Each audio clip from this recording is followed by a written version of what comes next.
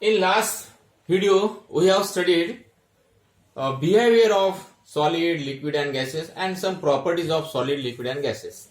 We know that matter exists in three states, solid, liquid and gases, and there is also a fourth state, that is plasma, but it is not in your syllabus.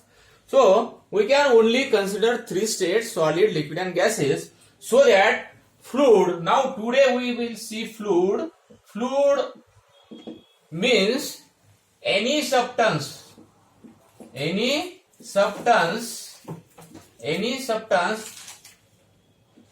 that can flow. Any substance that can flow is called as fluid.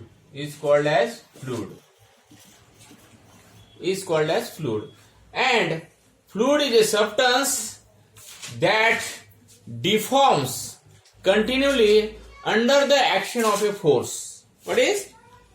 Fluid is a substance that can deforms continually under the action of a force. We know, we have studied in last video what is deformation. Now, fluid includes liquid and gases. Fluid, liquids and gases. It includes liquid and gases.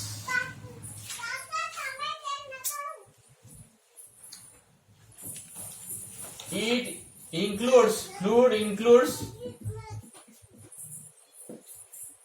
liquid and gases. Fluid includes liquid and gases. Now we know that fluids always in motion. They flow.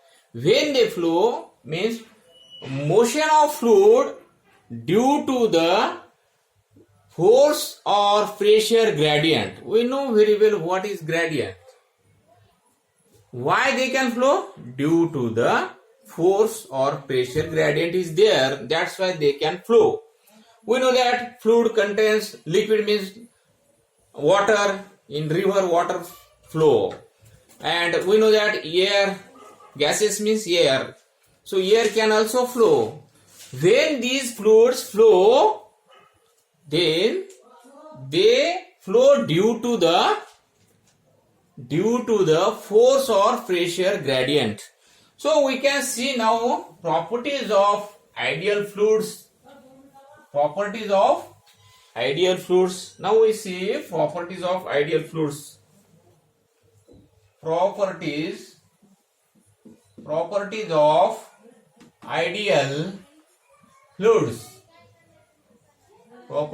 ideal fluids. Now first property is that they are incompressible.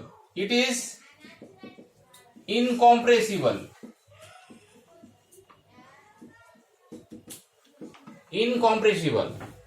Means its density remains constant. It is incompressible means density is constant. Incompressible means the density of fluid is constant. We know that the density of fluid independent on the variation of pressure. Density is independent.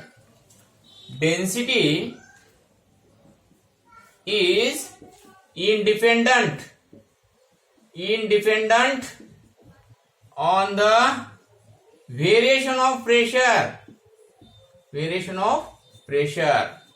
and that's why its density remains constant. That's why it is called as incompressible. So it is incompressible. Fluid is incompressible. Number 2, it is irrotational. It is irrotational means its flow is smooth. There are no turbulences flow. Its flow is smooth. There are no turbulences flow. It is irrotational. Second. Third, it is not viscous. It is non-viscous. It is non-viscous. It is non-viscous means its internal friction. There is no internal friction in the flow. That's why it is non-viscous. It is non-viscous means the force by one part of the liquid on the another part is always perpendicular to the surface of the contact, and that's why it is non-viscous. These fluids, ideal fluids, are non-viscous because there is no internal friction in the flow. No internal friction in the flow. That's why they are non-viscous, irrotational, incompressible. And fourth, its flow is steady. Its flow is steady. Steady means the velocity at any point in contact in time is always constant. The velocity is constant at any point in contact in time. The flow is steady means its velocity is constant at any point. That's why its flow is steady. So these are the properties of ideal fluids. These are the properties of ideal fluids. Number 1, it is incompressible. Number 2, it is irrotational. Number 3, it is non-viscous. And number 4, its flow is steady. We know that in viscous, I say you that the part of the force by one part to the another part is always perpendicular to the surface of contact. Suppose this is the water, and in this water these are the different layers. So this layer exert the force on this layer in perpendicular direction. So that's why the forces are perpendicular, and that's why there is no internal friction. So that's why this is non-viscous.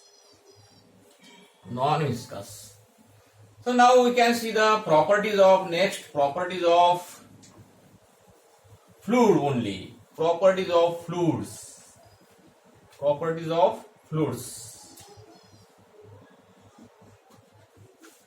Properties of fluids. Number one,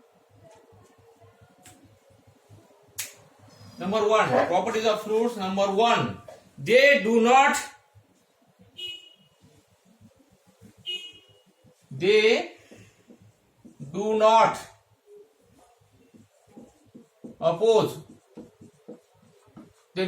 oppose deformation.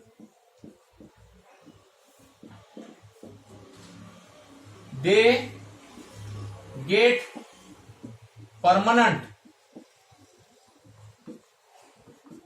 permanently deformed. First property of fluids means real fluid. These are the real fluids. They do not oppose deformation. They get permanently deformed. They do not oppose. We have studied in last video. या अगोदरच्या video मध्ये आपण deformation मध्ये complete बघितलं. Number 2, they have ability to flow. We know that fluids always flow. Why they flow? Because force or pressure gradient is there. That's why they can flow.